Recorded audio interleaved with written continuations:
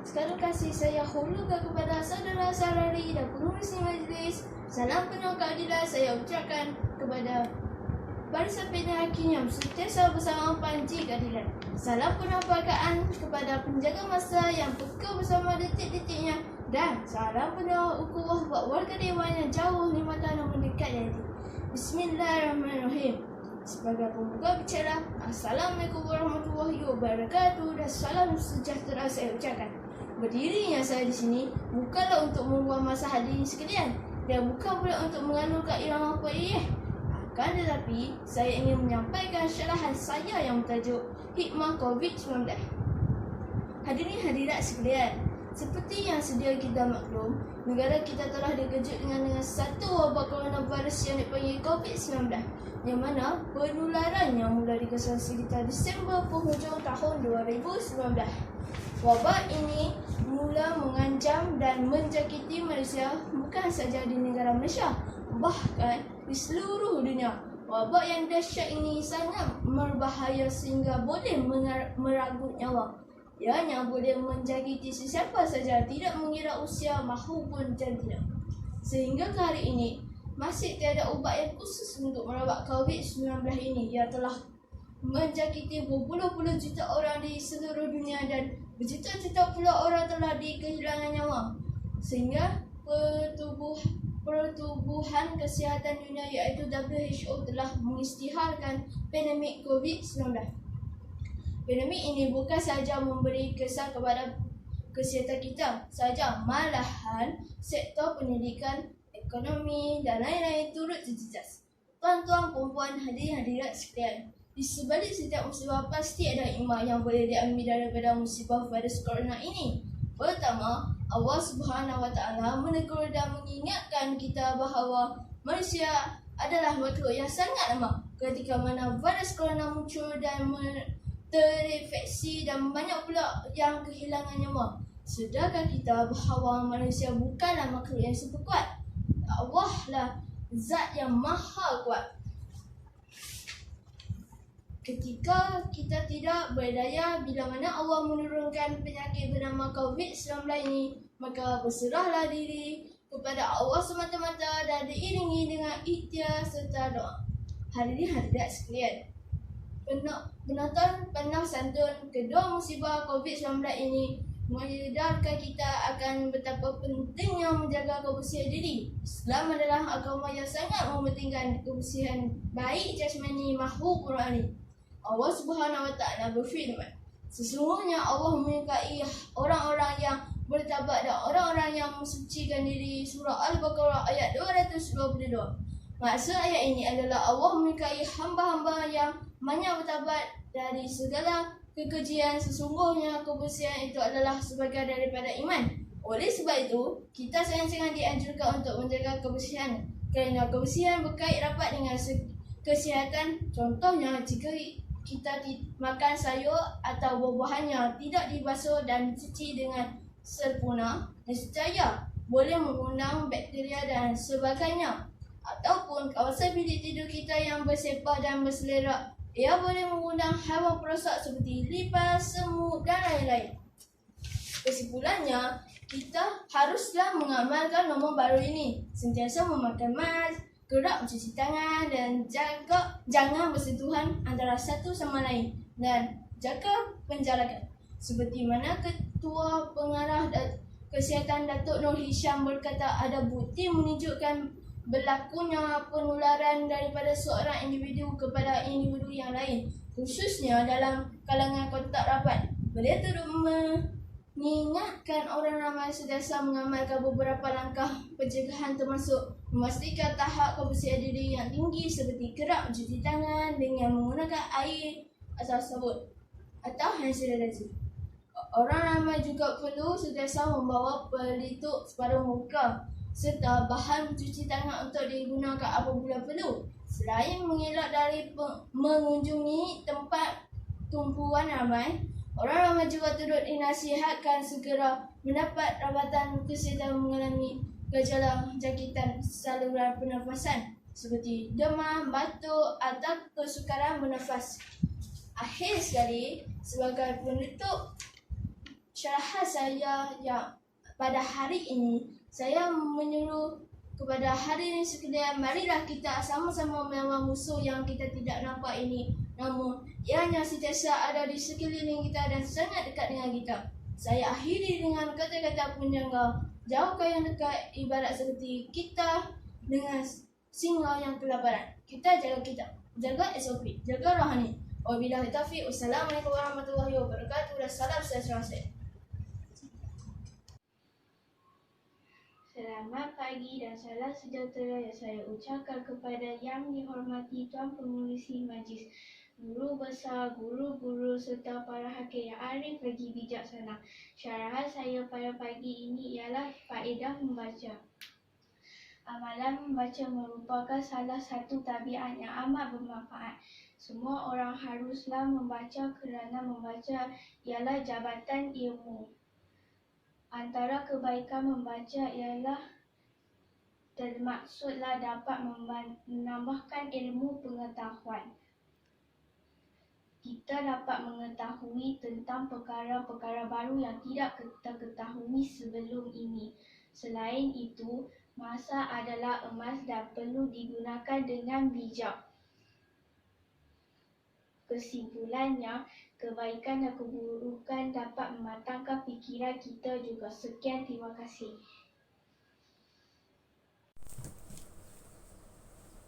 Selamat pagi.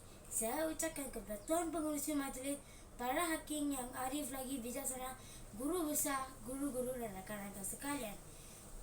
Pada pagi yang indah ini, izinkan saya sampaikan tajuk syarahan saya ialah kebersihan sekolah tanggungjawab bersama. Hadirin yang dihormati, sekolah yang bersih, indah dan cantik merupakan impian para guru dan murid. Bagi memastikan sekolah terus bersih dan indah, pelbagai usaha mesti jalankan seperti pertandingan kelas secantik. Setiap sekolah mempunyai pekerja yang ditugaskan untuk membersihkan kawasan sekolah. Namun begitu, murid-murid tidak boleh meletakkan tanggungjawab kepada mereka semata-mata tanpa membantu mereka. Murid mesti ingat menjaga kebersihan sekolah adalah tanggungjawab bersama-sama kita. Hadirin yang dikasihi, persekitaran kelas yang kotor akan mengganggu perhatian murid kerana persekitaran yang kurang selesa. Oleh itu, kelas yang bersih dan kondusif sangat penting kepada murid untuk membantu proses pengajaran dan pembelajaran berjalan dengan lancar di dalam kelas. Sebagai seorang murid yang bertanggungjawab, sekiranya terdapat kotoran di dalam kelas, murid hendaklah rajin menyapu dan memasukkan sampah ke dalam tong sampah. Kelas yang bersih pasti akan menjelaskan suasana yang ceria. Akhir sekali, marilah kita bersama-sama menjaga kebersihan di kawasan persekitaran sekolah. Sekian, terima kasih.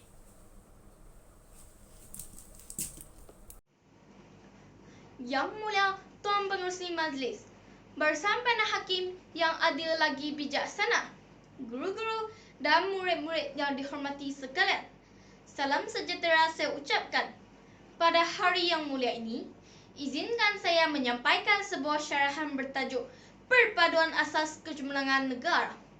Malaysia merupakan sebuah negara yang mempunyai rakyat pelbagai kaum, agama, kebudayaan serta mengamalkan cara hidup yang berbeza. Oleh itu, perpaduan negara merupakan matlamat yang amat penting dalam setiap dasar yang dilaksanakan oleh kerajaan, sama ada dalam bidang ekonomi, sosial maupun politik.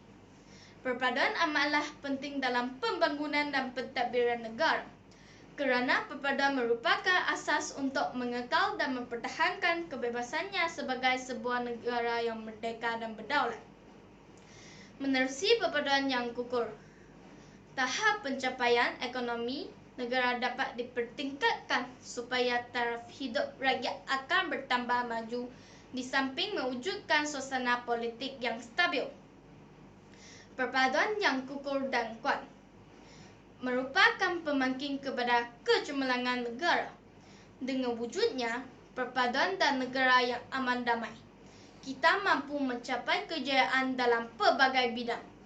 Kejayaan yang dicapai membolehkan kita menjadi bangsa yang bermaruah dan berdikari. Hadirin yang dihormati, cuba fikir sejenak.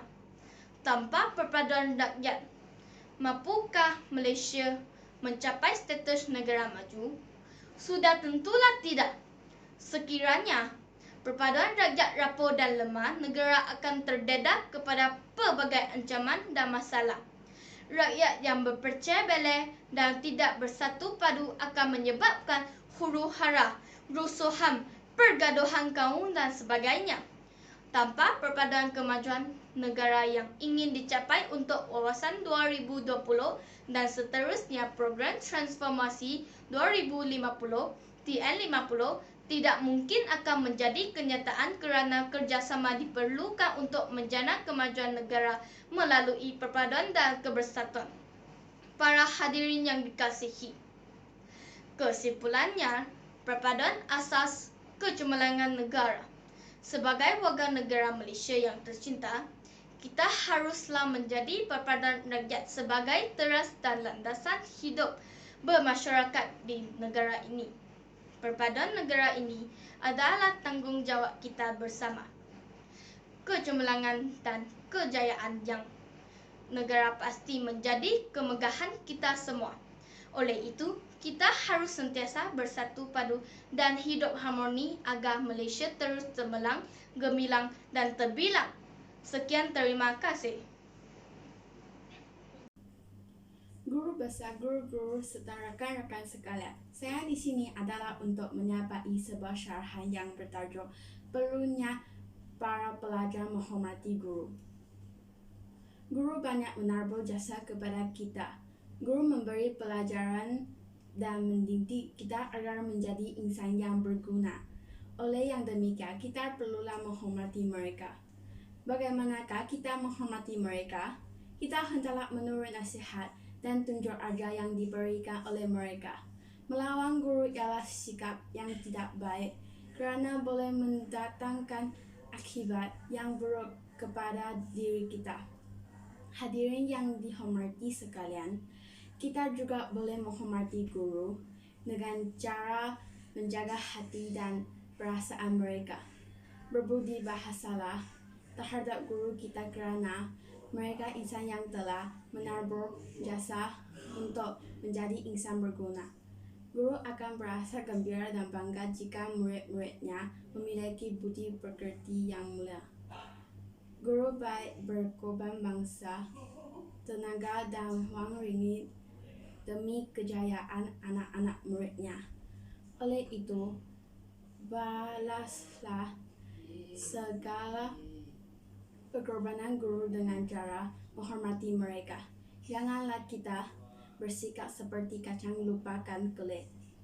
Para hadirin sekalian, tanpa guru siapalah kita akan mendapat kebaikan jika kita berbuat baik terhadap guru. Sekian sahaja syarahan saya pada kali ini. Sekian, terima kasih. Selamat pagi dan salam sejahtera saya ucapkan kepada yang dihormati Tuan Pengerusi Majlis, Tuan Guru Besar, para hakim yang arif lagi bijaksana, barisan guru dan rakan seperjuangan yang dihormati. Sekalian syarahan yang ingin saya sampaikan pada hari ini bertajuk faedah membaca buku. Hadirin yang dihormati sekalian, membaca merupakan satu amalan yang dapat memanfaatkan kita diri.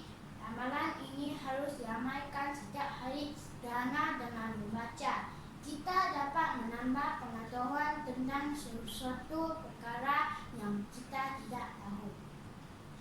Oleh itu, kita tidaklah dianggap sebagai kata di bawah tempurung. Selain itu, kita dapat membaikkan dan menguasai kemahiran berbahasa kita menerusi amalan membaca buku. Pembaharan kata kita juga akan bertambah dan menguasai kata kita menjadi lebih kukuh. Setiap orang pasti mempunyai masa lapang dengan adanya amalan membaca ini. Masa lapang kita boleh isi dengan aktiviti yang berfaedah. Selain mendapat pengetahuan baharu, kita juga dapat mengelakkan diri daripada terlibat dengan gejolak yang negatif. Atau sekali membaca akan membantu kita menilai dan membezakan sesuatu perkara sama ada baik atau buruk. Apabila kita banyak membaca, orang lain tidak dapat membedakan kita kerana kita sebab tak tahu. Kesimpulannya, membaca semangatnya memberikan banyak faedah kepada kita. Amalan membaca ini perlukan dibubuh sejak kecil lagi. Bab kata perkataan melentuh buluh biarlah dari rebungan. Sebelum mengunjungi diri, izinkan saya sampaikan sebuah pantun. 2-3 kucing berlari, berkejap-kejapran ke sana sini. Banyak membaca pengetahuan dibolehi. Isa mengumur banyak berbaiki. Sekian, terima kasih. Yang Mulia Tuan Pengerusi Majlis, Guru Besar, guru-guru, rakan-rakan pelajar serta hadirin sekalian. Terlebih dahulu, saya ingin mengucapkan terima kasih kerana memberi peluang kepada saya untuk memberi syarahan pada hari ini. Hadirin yang saya hormati sekalian, tajuk syarahan saya ialah mengisi masa lapang dengan perkara yang berfaedah. Masa lapang tidak seharusnya dibiar berlalu begitu sahaja. Ia perlu diisi dengan perkara-perkara yang berfaedah. Terdapat berbagai-bagai cara untuk mengisi masa lapang. Di antaranya ialah melibatkan diri dalam kegiatan kokurikulum. Dengan melibatkan diri dalam kokurikulum, ia dapat menambahkan pengalaman serta ilmu pengetahuan. Selain itu, ramai orang juga memilih membaca buku mengisi masa lapang. Terdapat berbagai jenis bahan bacaan yang dapat dirujuk. Ia merupakan satu aktiviti yang paling berfaedah untuk mengisi masa lapang. Hadirin sekalian, contoh-contoh saya telah sebutkan tadi mendatangkan faedah serta keuntungan. Masa itu emas. Kita harus menggunakan masa lapang dengan cermat. Sekalian sahaja syarahan saya untuk kali ini. Saya akhir dengan mengucapkan terima kasih. Sejabat kasih sekalung budi. Wak pengurusi majlis, panel hakim yang berkarisma, guru-guru dan rakan-rakan seperjuangan. Salam sejahtera dan salam berpada. Pada hari yang mulia ini, izinkan saya menyampaikan satu syarahan bertajuk ke arah mewujudkan masyarakat penyayang. Hadirin yang dihormati, salah satu matlamat wawasan negara yang ingin dicapai oleh pemimpin kita adalah melahirkan masyarakat penyayang. Kelahiran dan kewujudan masyarakat penyayang dapat meminta dan membentuk negara maju dalam semua bidang, iaitu ekonomi, politik dan sosial. Masyarakat penyayang ialah masyarakat yang hidup memahat dengan anggota-anggotanya yang mesra dan bertimbang rasa. Setiap orang saling faham memahami dan hormat menghormati. Langkah pertama untuk membina masyarakat penyayang adalah mewujudkan perasaan muhibah antara kaum dan menghapuskan sifat perkauman. Penubuhan rukun tetangga merupakan satu cara perasaan muhibah dapat disuburkan dalam diri masyarakat Malaysia yang memaparkan kebudayaan dan adat bersama semua kaum. Sambutan Hari Keluarga yang sering dianjurkan oleh kerajaan atau badan-badan swasta merupakan satu rangka ke arah mewujudkan masyarakat penyayang.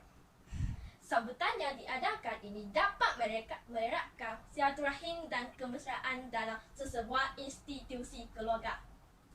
Pihak sekolah dapat memainkan peranan ke arah mewujudkan masyarakat penyayang. Aktiviti yang dijalankan adalah melalui aktiviti kokurikulum seperti persatuan, pakaian beruniform dan permainan. Melalui aktiviti inilah semangat perpaduan, semangat semangat muhibah dan bersatu padu antara pelajar berbilangan kaum dapat disemakan. Selain pihak sekolah, ibu bapa dan anggota masyarakat juga berperanan untuk membentuk nilai kasih sayang. Ibu bapa perlu menerangkan kepentingan kasih sayang dalam kalangan anggota dan jiran tetangga kepada anak-anak mereka. Sikap tolong-menolong dan hormat menghormati perlu dipupuk di setiap rumah. Keluarga yang dilimpahi kasih sayang akan membentuk masyarakat penyayang. Tegasnya, masyarakat penyayang penting demi perpaduan dan keharmonian dalam kalangan masyarakat majmuk ni Malaysia. Sekian, terima kasih.